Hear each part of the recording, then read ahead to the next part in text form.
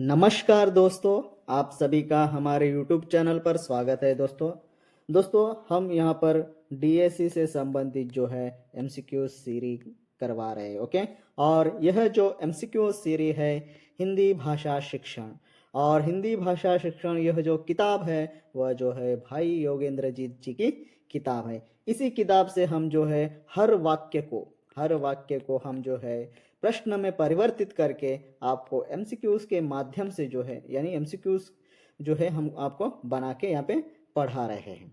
अगर आपको इस सीरीज से जुड़ना है तो टेलीग्राम चैनल से जुड़ जाइएगा। ओके, वहाँ पे आपको जो अगला वीडियो आने वाला है उसके बारे में आपको जानकारी दी जाएगी, और उसके साथ साथ आपको इसके अंतर्गत जो भी पेजेस है, आज जो है हम 4 पेजों के बारे में बात करने वाले हैं। वह पेजेस जो है हम टेलीग्राम पर अपलोड कर देते हैं, फिर बाद में जो है उससे संबंधित हम यहाँ पे एमसीक्यूज करते हैं।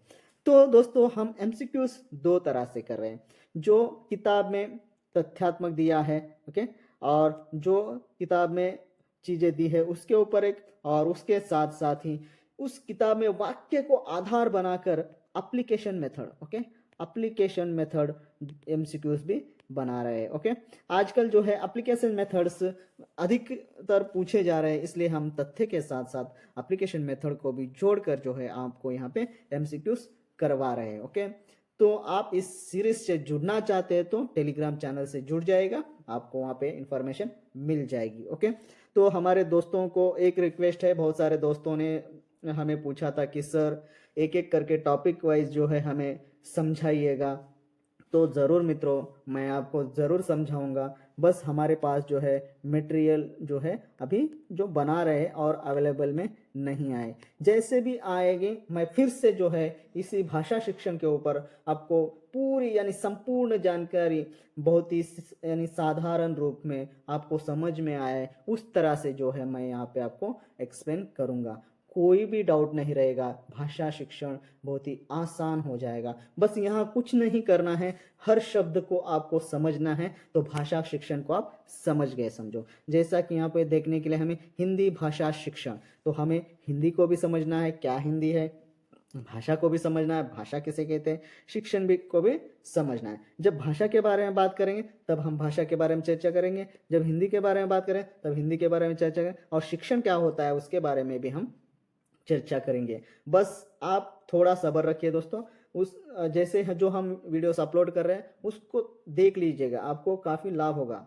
फिर जैसे ही हम वो वीडियोस भी शुरू करेंगे तब जो आप उसको भी कॉन्सेप्ट क्लियर कर देंगे। ओके, तो आज जो है हम पिछले 2 वीडियो बनाए थे, आज जो है हमारा यह तीसरा वीडियो है, और यह जो वीडियो है भाषा शिक्षण से संबंधित है। ओके, समझ में आया? तो आपको कुछ नहीं करना, टेलीग्राम से जुड़ जाना है। ओके, किसी को भी रुकना नहीं है। सर मुझे समझ में नहीं आ रहा है, आ जाएगा।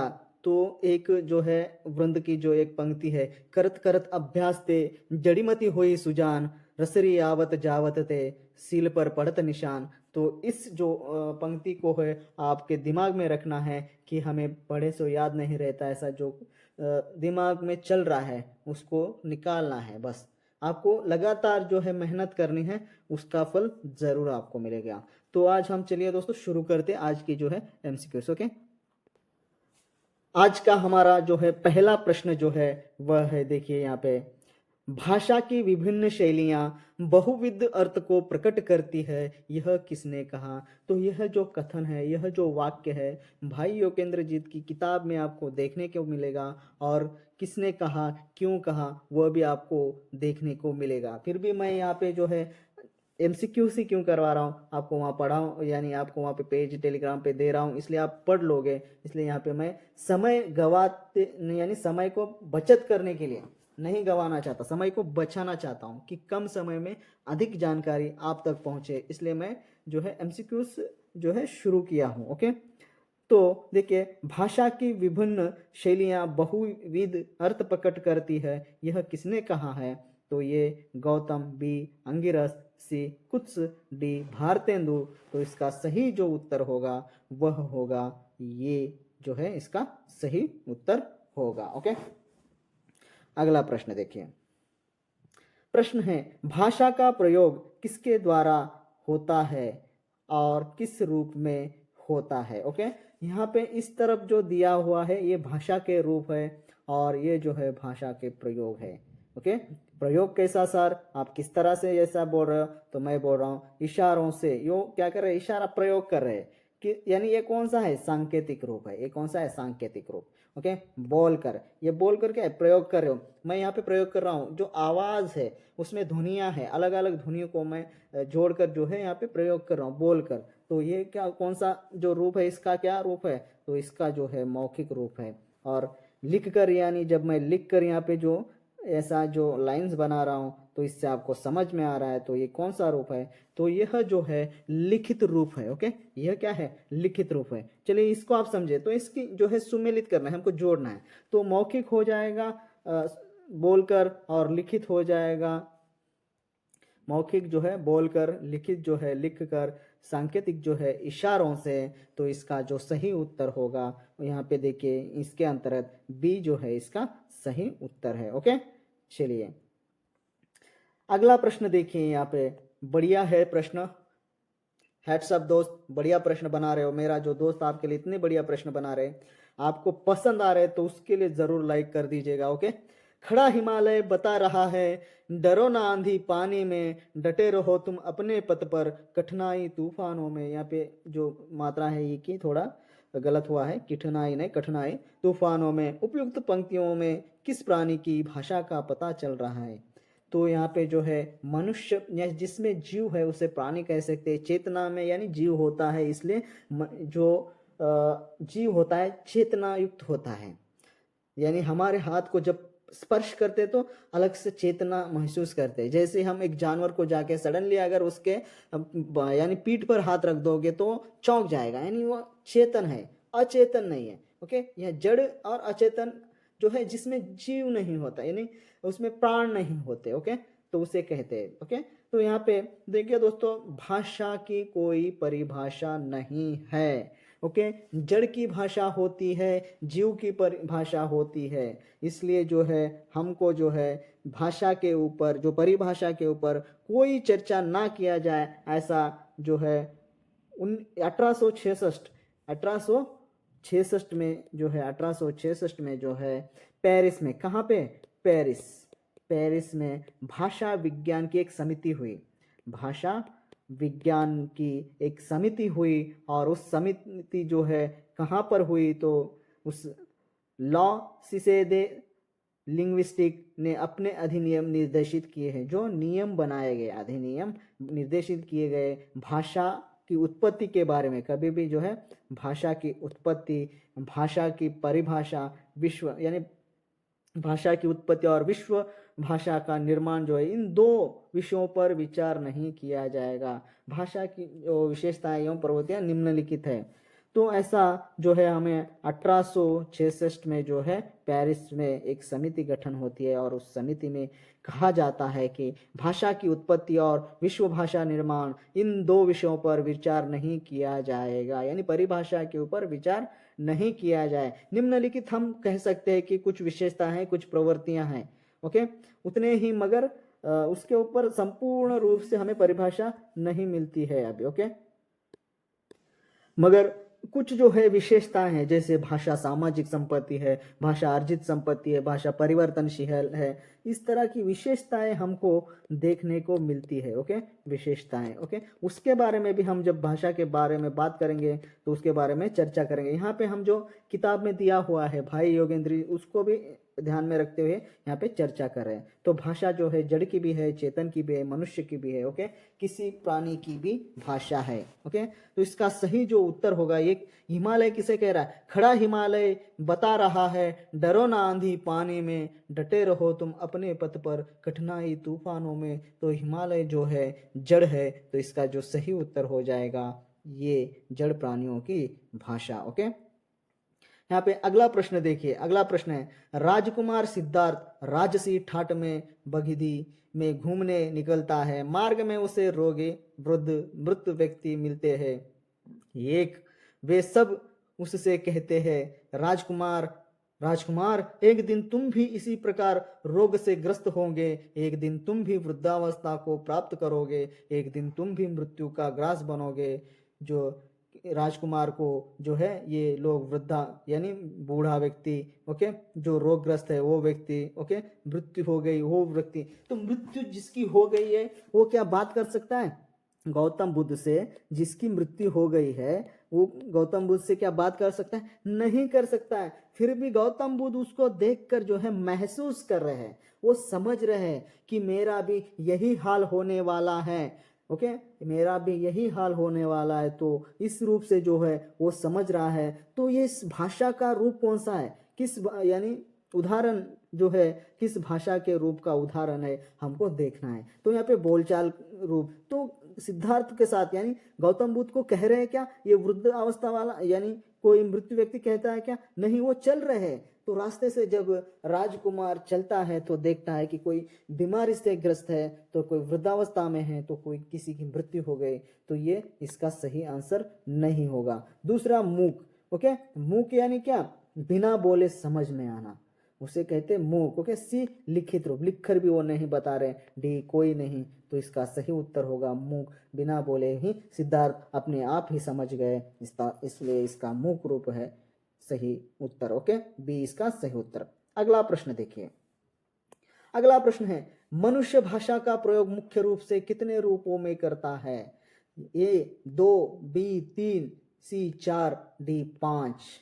तो इसका जो सही उत्तर होगा वो होगा ए 2, मुख्य रूप से। कभी भी याद रखिए मुख्य रूप से कितने रूपों में बात करता है, तो बोलचाल के द्वारा करता है, यहाँ पे नोट हमें दिया है, और मूक रूप में जो है करता है। ऐसे तो लिख कर भी करता है, ओके, इशारों से भी करता है। तो किताब में जो है इस तरह से दिया गया है, हमें अपडेट कर देना चाहिए किताब को। तो आप इसको भी याद रखिए और उसके साथ लिखित के द्वारा भी कर सकता है, ओके, तो उसको भी याद रख लीजिएगा। शायद मेरे पास जो किताब है अपडेटेड नहीं हुई होगी, फिर भी मेरे पास अपडेटेड भी किताब है, उसमें भी देखकर आपको बता रहा हूँ कि दोनों को किताबों को जोड़कर जो है मैं यहाँ पे एमसीक्यूज करवा रहा हूँ। बहुत ही इंपॉर्टेंट है, आपको बस देखकर समझ जाना चाहिए कि आप बहुत ही काफ़ी वैल्यूबल जो है क्लास में एंटर हुए हैं और आप देख रहे हो, ओके। तो इसका जो सही उत्तर होगा वो होगा ए, ओके।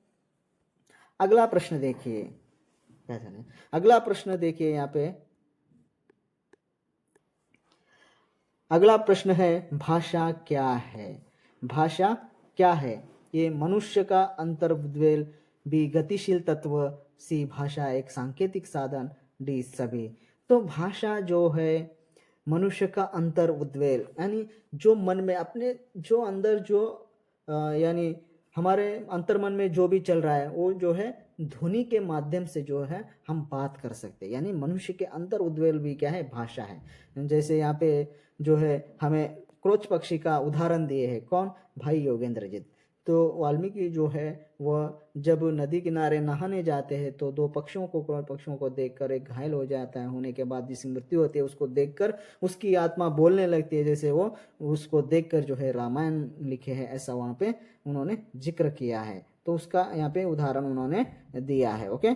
तो दूसरा गतिशील तत्व, तो भाषा जो है रुकने वाली चीज नहीं, वो हमेशा निरंतर चलती रहती है, भाषा में परिवर्तन होते रहता है, ओके। भाषा एक सांकेतिक साधन है। हाँ, ऑफकोर्स भाषा जड़ और चेतन दोनों की भाषा है, पक्षियों की भाषा है, प्राणियों की भाषा है, हमारे मनुष्य की भाषा है।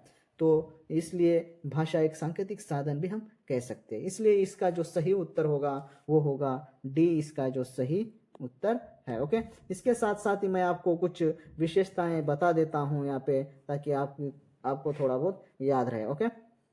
तो सुनिए विशेषताएं क्या है। भाषा एक सामाजिक संपत्ति है। भाषा क्या है?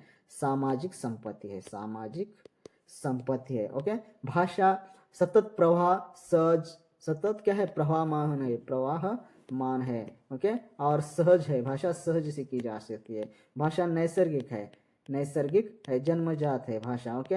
और भाषा अर्जित भी की जाती है। एक भाषा को अगर सीख लेंगे तो हम दूसरी, अगर हमें अंग्रेजी भाषा आती है तो हम उसी के आधार पर जो है दूसरी हिंदी भाषा भी सीख सकते हैं। यानी किस तरह से, अगर एक व्यक्ति हमारे पास अंग्रेजी व्यक्ति है, दूसरा हिंदी व्यक्ति है, हम जो है तेलुगु व्यक्ति है, तो जब हम इन दोनों से जब बात करते हैं तो हम दोनों भाषाओं को सीखने की ज़्यादा संभावना है, तो अर्जित कर सकते हैं। और एक तो व्याकरण के माध्यम से, व्याकरण के माध्यम से भी हम जो है भाषा को अर्जित कर सकते हैं। ओके, भाषा परिवर्तनशील है 100%। ओके, भाषा भाव संप्रेषण का माध्यम है। भाव संप्रेषण यानी मुझे लगा कि जब मेरा दोस्त जो है एमसीक्यूज बना रहा है तो मुझे लगा कि मैं जो है आपकी थोड़ी बहुत मदद कर दूं, बाकी वो जाने, जो पीडीएफ मुझे देगा उससे मैं आपको क्लासेस बना दूं। इसलिए मेरा जो है भाव संप्रेषण हो रहा है। किन के साथ संप्रेषण, यानी बात करना। आप जब कमेंट कर रहे हैं उसके माध्यम से भी संप्रेषण हो रहा ना, दोनों का। जब आप कमेंट कर रहे हैं उसको मैं पढ़कर फिर समझ रहा हूँ, आपको रिप्लाई दे रहा हूँ,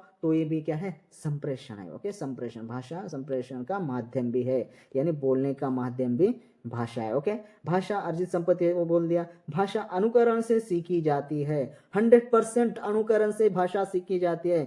भाषा को हम जब छोटा बच्चा जो होता है वह जो है हम जो भी काम करते हैं उसी को करने को देखता है, तो हमको देखकर वो सीखने लगता है। ओके, जो बोलते हैं हमको उसको, उस शब्द को बार बार हम जब एक शब्द को बोलते हैं तो वो शब्द को याद रखता है, फिर बाद में पूछने लगता है। जैसे हम हमारा छोटा, जब भी छोटा बच्चा कहता है कि मम्मा जैसे कह रहा है तो हम बहुत खुश होते हैं। वो बहुत बार हम कहते हैं कि मुझे मम्मा कहे पापा कहे, ये बहुत बार बोलने के बाद एक दिन वो बोलने लगता है मम्मा पापा, तब हम खुश होते हैं। ओके, तो इसलिए अनुकरण से भी सीखी जाती है। बच्चों का भी नहीं, बड़ों का भी उदाहरण, अगर हम दूसरे देश में अगर जाते हैं, ओके, दूसरे देश में जाने के बाद हमको अंग्रेजी नहीं आती है, फिर भी वो लोग बात करते रहते, फिर भी हम क्या करते हैं, उन शब्दों को याद करते हैं, उनके जो एक्शंस है उसको याद रख के उस एक्शन के लिए इस शब्द का प्रयोग किया जाए, ऐसा हम समझ कर फिर बाद में धीरे धीरे करते हुए हम भाषा को बोलने लगते। फिर भाषा जटिल से सरलता तथा संयोगात्मक से वियोगात्मक की ओर उन्मुख होती है, यानी जटिलता से सरलता की ओर। जैसे जटिलता यानी अंग्रेजी हमें नहीं चाहती है, तो सरल क्या हो गया, धीरे धीरे उसको सीख के सरल बन गया। समझ में आया? ओके, ये कुछ विशेषता है दोस्तों भाषा के बारे में। प्रत्येक भाषा की संरचना पृथक होती है। संरचना यानी अलग अलग ध्वनियां होती है, हर भाषा की अलग ध्वनि होती है। हिंदी की जो है कितनी ध्वनियां हैं, हिंदी में जो है कितनी ध्वनियां हैं मुझे कमेंट में बता दीजिएगा। और अंग्रेजी की कितनी ध्वनियां हैं, अंग्रेजी की कितनी ध्वनियां हैं वो भी हमें जो है कमेंट में बता दीजिएगा। ध्वनियां कुछ नहीं दोस्तों, अ जो चिन्ह है वो एक ध्वनि है। मैं अ बोल रहा हूँ, ये क्या है, आवाज आ रही है, ये ध्वनि है। इसके लिए कौन सा चिन्ह है हमारे पास, इस तरह का चिन्ह है, इस रूप में हम लिखते आ, ये जो है दूसरी ध्वनि है, इसके लिए हम क्या करते, ये चिन्ह लिखते। तो हमारे पास कितनी ध्वनियां हैं उसके बारे में जो है हमें कमेंट कर दीजिएगा, अगर आपको भाषा समझ में आई होंगी। अगर सरल भाषा में कहा जाए तो भाषा जो है यानी आदान प्रदान की वस्तु है, विचारों का आदान प्रदान। एक व्यक्ति क्या करता है, अपने भावों को बताता है दूसरों को, और दूसरा व्यक्ति उसको समझ कर है उसका जो है रिप्लाई देता है, तो वही जो है भाषा है। भाषा ध्वनि है, जबान है। ओके, भाषा जो है छंद भी है। ओके, भाषा छंद भी है। ओके, ये सब भाषा ही है दोस्तों। ओके, चलिए, तो भाषा के बारे में हमने आपको डिटेयली समझा दिया। तो यहाँ पे ऑप्शन देखें, भाषा क्या है, तो ये मनुष्य का अंतर उद्वेल, बी गतिशील तत्व, सी भाषा सांकेतिक साधन, डी सभी। तो इसका सही उत्तर डी हो गया। दूसरा देखिए प्रश्न, भाषा है, तो यहाँ पे भाषा क्या दिया है, भाषा है, दोनों का एक ही हुआ ना, तो क्यों हम यहाँ पे चिंता करें कि भाषा क्या है। तो यहाँ पे हमने ऑप्शंस बदल दिया है, उसने क्या किया, ऑप्शंस को बदल दिया है। ऑप्शंस को बदल देके क्या दिया है, भाषा एक अभिव्यक्ति उपागम, बी विचार उपागम, सी सामाजिक उपागम, डी उपयुक्त सभी। तो उपागम का मतलब अप्रोच, अप्रोच होता है दोस्तों। अप्रोच आपको पता है, वहां तक जाने के लिए जो हम एक प्रक्रिया को अपनाते हैं उसे जो है हम अप्रोच।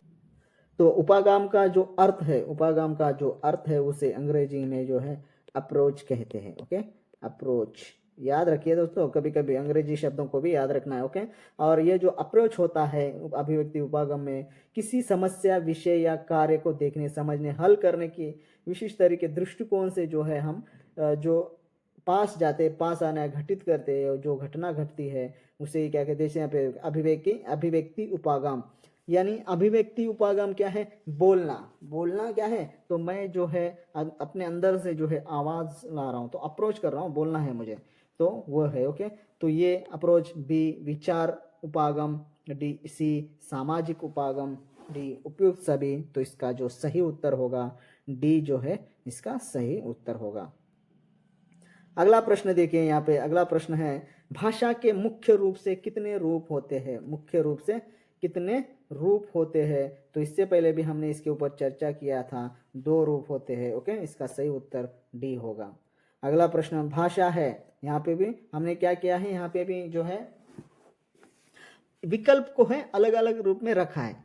प्रश्न एक ही है, उसके विकल्प जो है अलग अलग है। यहाँ पे देखिए भाषा है, भाषा ध्वनियों का समूह है भाई, ध्वनियों का ही समूह है। ध्वनि क्या है, देखिए आ म, ये 2 ध्वनियां है। ओके, 2 नहीं। ओके, आम, ये ध्वनियां है। ओके, आम जैसे बोल रहा हूं, हमें आम का फल याद रहा है, यानी ध्वनियों का समूह है।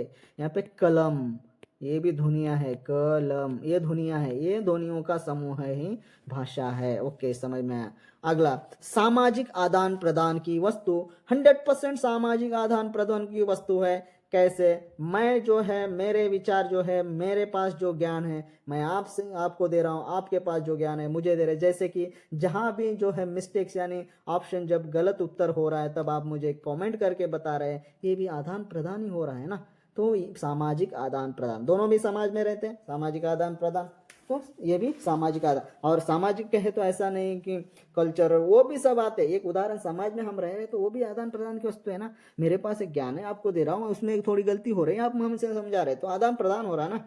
चलिए सी भाषा एक सांस्कृतिक वस्तु है, 100% वो भी सांस्कृतिक वस्तु है। अपनी अपनी संस्कृति के अनुसार जो है अपनी अपनी जो है बोल होते हैं, अपनी अपनी संस्कृति के अनुसार अपने बोल होते हैं, और अपने जो गीत होते हैं, ये सब गीत के माध्यम से भी हम बात करते हैं ना, कुछ समझाते हैं ना लोगों को, तो ये सांस्कृतिक वस्तु भी है दोस्तों के, सांस्कृतिक वस्तु भी है। तो इसका डी जो है उपयुक्त सभी, तो इसका सही उत्तर जो होगा डी जो होगा इसका सही उत्तर होगा। अगला प्रश्न है, देखिए यहाँ पे अगला प्रश्न जो है यहाँ पे, मनुष्य की हृदय की वेदना साकार रूप में प्रकट होती है। देखिए यहाँ पे किस तरह से अलग सा प्रश्न बनाया है इन्होंने, विकल्प अलग दिया है। मनुष्य की हृदय की वेदना साकार रूप में प्रकट होती है, ये भाषा के माध्यम से, जो दूसरा है वाणी के माध्यम से, तीसरा है छंद के माध्यम से, चौथा है रात के माध्यम से। तो यहाँ पे भाषा के माध्यम से भी जो है हृदय की वेदना को साकार रूप प्रकट कर सकते हैं। वाणी यानी भाषा ही होती है, छंद यानी छंद के माध्यम से भी हम कर सकते हैं, तो छंद यानी कुछ नियम है। ओके, उसके माध्यम से भी हम कर सकते हैं। तो इसका जो सही उत्तर होगा वो होगा, कौन सा होगा, तो ये होगा सी जो है इसका सही उत्तर, रात के माध्यम से नहीं। ओके, तो ये जो है गलत हो गया। चलिए आगे बढ़ते हैं। अगला प्रश्न यहाँ पे सामाजिक भौतिक दृष्टिकोण, सांस्कृतिक दृष्टिकोण के बारे में जो है किताब में जो है चर्चा की गई है, तो हम उसी को आधार बनाकर जो है हमने यहाँ पे प्रश्न बनाए हैं। ओके, देखिए यहाँ पे सामाजिक दृष्टिकोण के विद्वान भाषा को क्या मानते हैं। जो सामाजिक दृष्टिकोण होता है विद्वानों का, वो भाषा को क्या मानते हैं। तो ये सामाजिक आदान प्रदान की वस्तु, भी भाषा ध्वनियों का समूह, सी केवल ये, डी ये भी। तो इसका सही उत्तर जो है वह लोग सामाजिक आदान प्रदान की वस्तु भी मानते हैं और भाषा ध्वनियों का समूह भी मानते हैं, तो इसलिए इसका सही उत्तर जो है डी हो जाएगा। कौन लोग, तो सामाजिक दृष्टिकोण के लोग जो है भाषा को भाषा ध्वनियों का समूह मानते हैं और सामाजिक आदान प्रदान की वस्तु मानते हैं। ओके, चलिए अगला प्रश्न देखते हैं। अगला प्रश्न यहाँ पे भौतिक दृष्टिकोण से विचार, यानी इससे पहले सामाजिक दृष्टिकोण से विचार करने वाले, तो अभी जो आए हैं भौतिक दृष्टिकोण से विचार करने वालों के अनुसार भाषा ध्वनियों का समूह मात्र है और यह ध्वनि किसी न किसी अर्थ की प्रतीति करते। यह लोग किस स्वर तंत्र, देखिए यहाँ पे किस स्वर तंत्र पर ये अध्ययन करते हैं। ये जीभ ओठ दांत, बी नाक गला तालव, सी आंख कान, डी हाथ पांव। तो इसका जो सही उत्तर होगा, यहाँ पे विकल्प दिए हैं, विकल्प को चुनना होगा, तो इसका सही उत्तर जो है डी हो जाएगा, A B. Okay, A B. जीभ जो है स्वरतंत्र है, ओठ भी है, दांत भी है, नाक है, गला है, तालव्य है, यहाँ से जो है आवाज हमारी बनती है। ओके, तो ये जो है दोनों का सही है। तो हाथ से तो नहीं होता ना दोस्तों, आंख से आप समझ गए होंगे, एक्सप्लेन करने की जरूरत नहीं शायद। ओके, हमको विकल्प चुनना ना है वो क्या।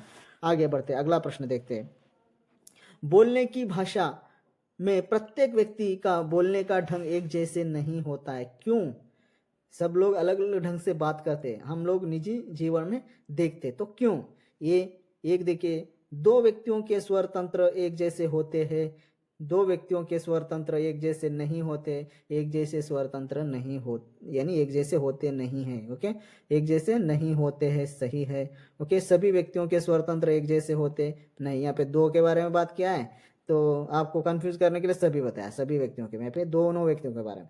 अगला है सभी व्यक्तियों के स्वर तंत्र एक जैसे नहीं होते, यहाँ पे दो, यहाँ पे सभी को, तो इसका सही उत्तर जो होगा वो होगा 2 और 4 जो है इसका सही उत्तर होगा। तो इसका सही उत्तर डी हो गया, 4 और 1 या 2।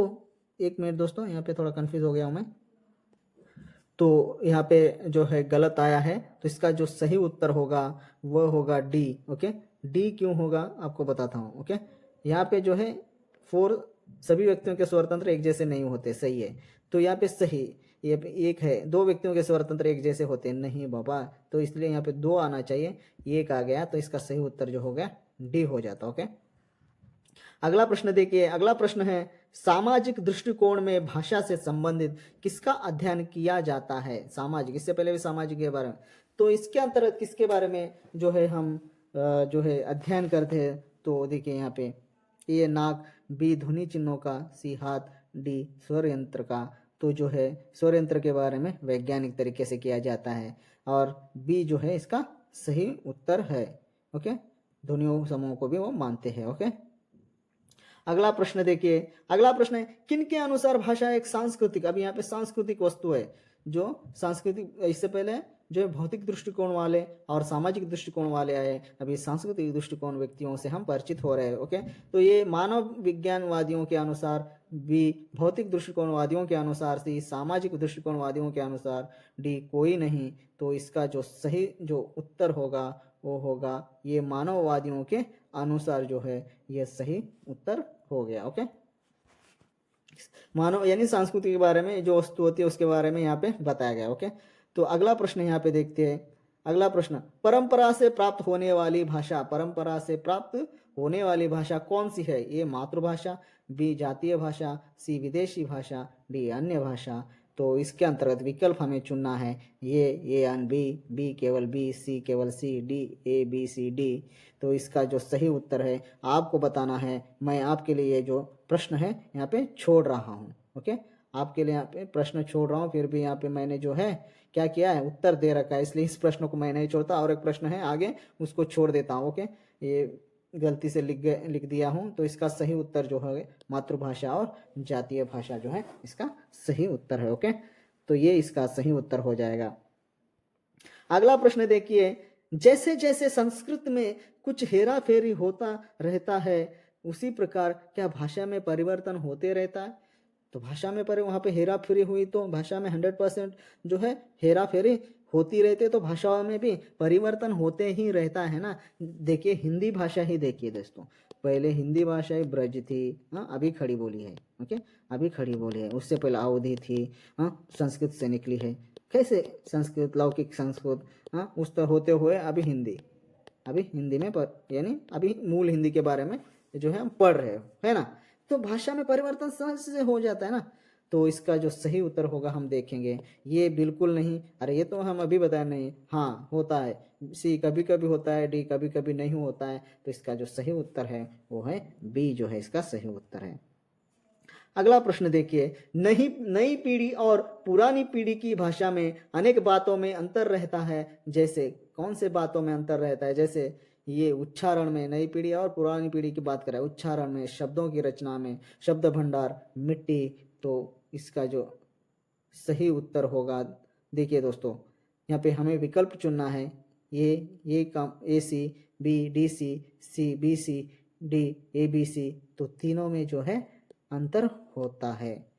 हमारी और पुरानी पीढ़ी के साथ अगर हम जो बात करेंगे तो उनमें हमारे अंदर बहुत सारे जो है अंतर है, हम जो है वो किताबों से देख सकते हैं। ओके, चलिए अगला प्रश्न यहाँ पे है। देखिए अगला प्रश्न है, सांस्कृतिक उपलब्धियां के साथ साथ भाषा की अनेक नए रूप ग्रहण करती है, जिसका प्रभाव विशेष रूप से किन पीढ़ियों के लोगों पर पड़ता रहा है।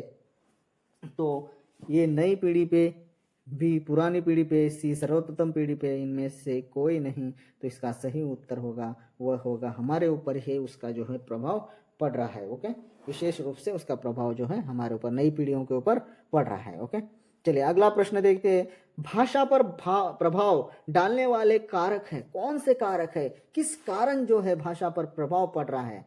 भाषा पर प्रभाव डालने वाले जो कारक होते हैं वो भौगोलिक होते हैं, स्थिति, आयु, सी व्यवसाय, डी सामाजिक।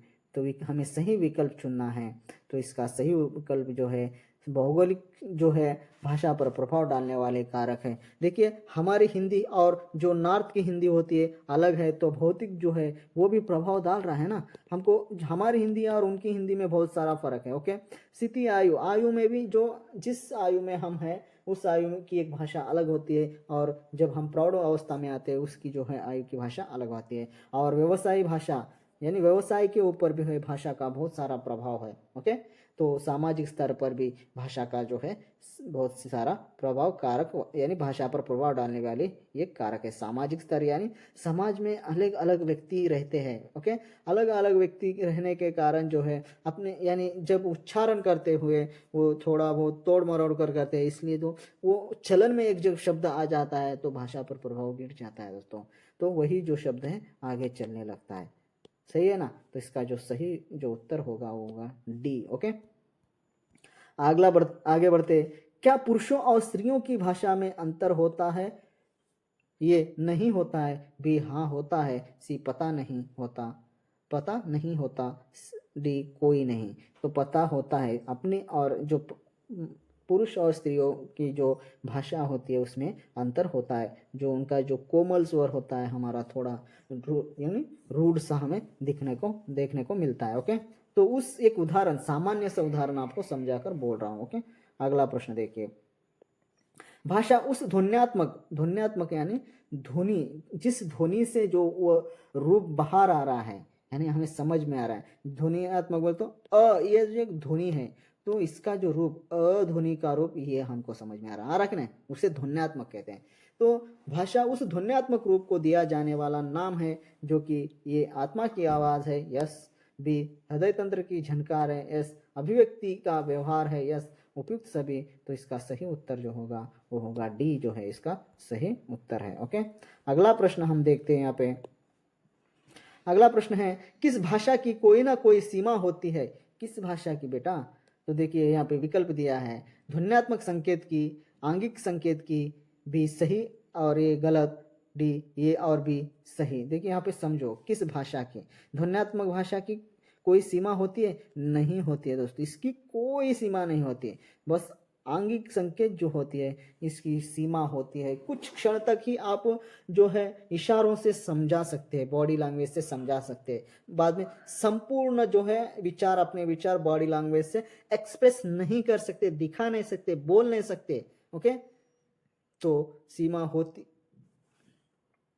होती है, तो इसकी जो है सीमा होती है। तो यहाँ तक ही वो लोग जो है बात कर सकते, संपूर्ण रूप में बात नहीं कर सकते। इसलिए इसका जो सही उत्तर होगा वो होगा बी, इसका सही उत्तर है। ओके, आगे बढ़ते हैं। अगला प्रश्न, किस भाषा की सीमा नहीं हो सकती।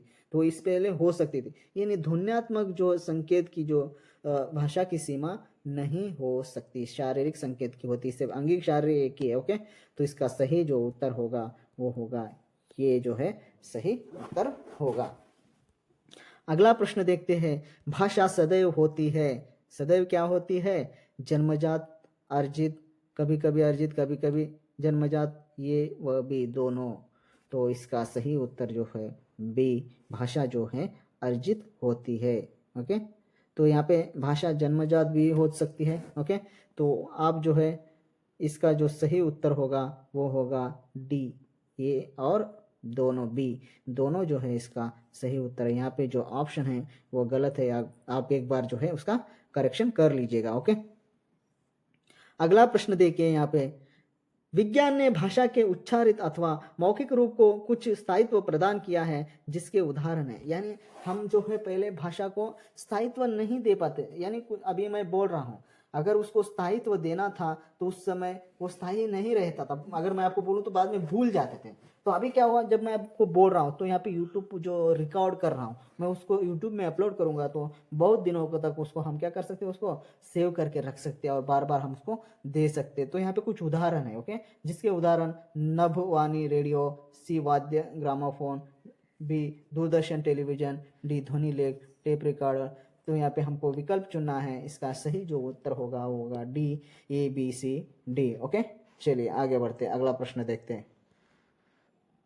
अगला प्रश्न हम यहाँ पे देखते हैं दोस्तों, आज का जो वीडियो बहुत ही लंबा हो जाएगा, इसलिए हम आज यहाँ तक ही हम जो है प्रश्न को यहाँ पे क्लोज कर देंगे। कल जो है इसका कंटिन्यूशन कल देख लेंगे दोस्तों।